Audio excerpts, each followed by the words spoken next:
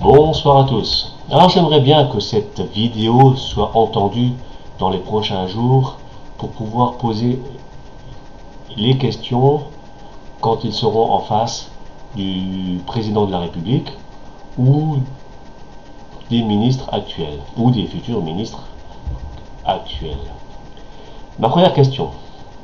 Tout le monde parle de vouloir un peu alléger le CDI. Ben moi je suis opposé pour la simple raison. Dans la vie, il y a trois phases. La phase 18-35 ans, où l'être humain est en 100% de ses facultés. Il va pouvoir produire à 100%, 110%, ce qu'un patron demande. Aucun problème avec sa hiérarchie. Après la deuxième phase, 35-50 ans. Le patron, très content. L'expérience de l'ouvrier, prendre des responsabilités, et toujours aussi, on va dire, à 100%. Et la troisième phase, la phase des seniors. 50 et au-delà de 60 ans, vu qu'on est censé travailler plus longtemps. Ce fameux CDI qu'on veut alléger va être dévastateur envers ces gens-là. Pourquoi? À 55 ans, une personne au minimum, si elle a commencé, on va dire, à sa majorité des 18 ans, elle a au minimum 36 ans, 37 ans d'ancienneté. La fatigue, elle est là. Les problèmes de santé sont là. Les premiers arguments qu'un patron aura comme point de discussion pour un licenciement à l'amiable. Personne n'est plus à 100% de capacité de production. Personne plus de 20 jours absents dans l'année pour des problèmes de santé. Et patati et patata. Alors moi je dis non.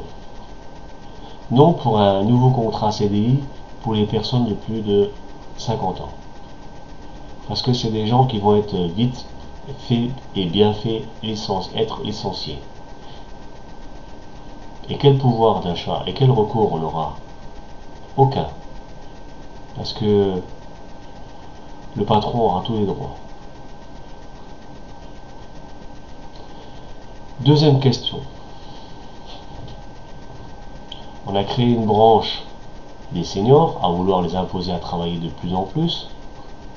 Parce que la longévité, soi-disant, elle est au rendez-vous. Mais les seniors aujourd'hui, personne n'en veut. Comme je l'explique dans la vidéo. Quand on a 55 ans, les gens ont 35 ans, 36, 37 ans, tout dépend de l'âge qu'ils ont commencé à travailler, ont des gros problèmes de santé, sont plus productifs. Vous, en tant que patron, vous préférez quoi? Un jeune de 18-35 ans qui est 100% de potentiel, ou à 55 qui a que 30 à 40% de potentiel? Le choix est vite fait. Hein. D'où pourquoi aujourd'hui on a une hausse du chômage dans les seniors. Il y a des seniors qui ont la possibilité de travailler plus longtemps. Mais c'est une minorité.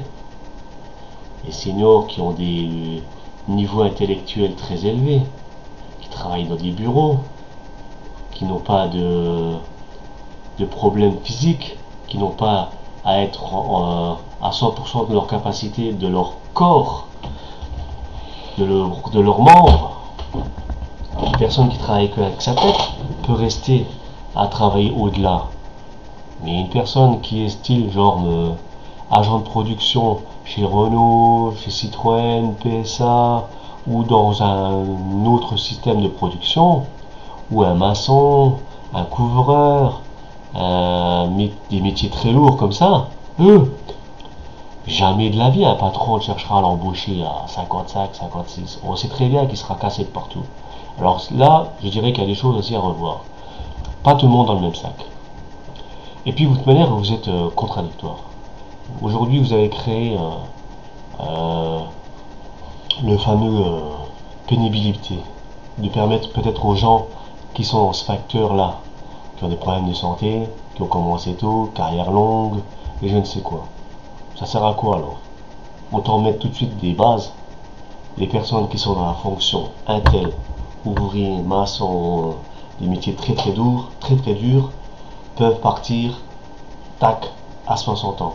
Les gens qui vivent ou qui travaillent dans des métiers qui n'y a pas de, de problème de membres supérieurs ou inférieurs, de dos, ceux-là, on peut les imposer à travailler 62, 63, 64.